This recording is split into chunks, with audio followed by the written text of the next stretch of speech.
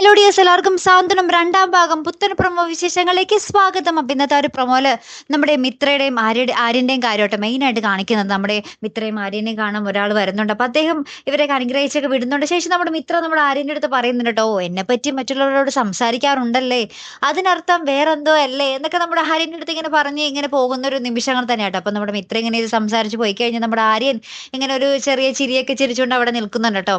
അതിന് പിന്നാലെ നമുക്ക് കാണുവാൻ സാധിക്കുന്നത് നമ്മുടെ ശ്രീദേവിയെ പാട്ട് പഠിക്കാൻ വന്ന മാഷ്, അത് ആദ്യം കാണിച്ചൊരു സീനാട്ടോ, ഞാനത് വിട്ടുപോയി. ആദ്യം ശ്രീദേവിയെ പാട്ട് പഠിക്കാൻ വന്ന മാഷ് ഇവരോട്, നമ്മുടെ ഉദയഭാനുവിന്റെ അടുത്തും നമ്മുടെ ശ്രീദേവിയുടെ അമ്മയുടെ അടുത്തും പറയുന്നുണ്ട്, ഇവൾ ഒരു കാലത്തും പാട്ട് പഠിക്കാൻ പറ്റില്ല.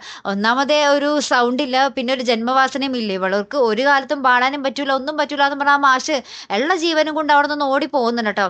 അതിന് പിന്നാലെ നമുക്ക് കാണുവാൻ സാധിക്കുന്നത് നമ്മുടെ ബാലന്റെ വീട്ടിലേക്ക് ഒരു കാറ് വരുന്നതാട്ടോ.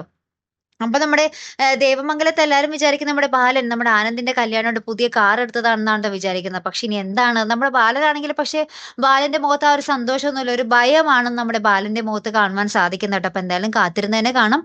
അപ്പൊ ഇതുപോലുള്ള പ്രൊമോ റിവ്യൂസിനും എപ്പിസോഡ് റിവ്യൂസിനും ഒക്കെ നിങ്ങൾ മറക്കാതെ ചാനൽ സബ്സ്ക്രൈബ് ചെയ്യുക. അടുത്തൊരു വീഡിയോ വരുന്നത് വരയ്ക്കും ഗുഡ് ബൈ.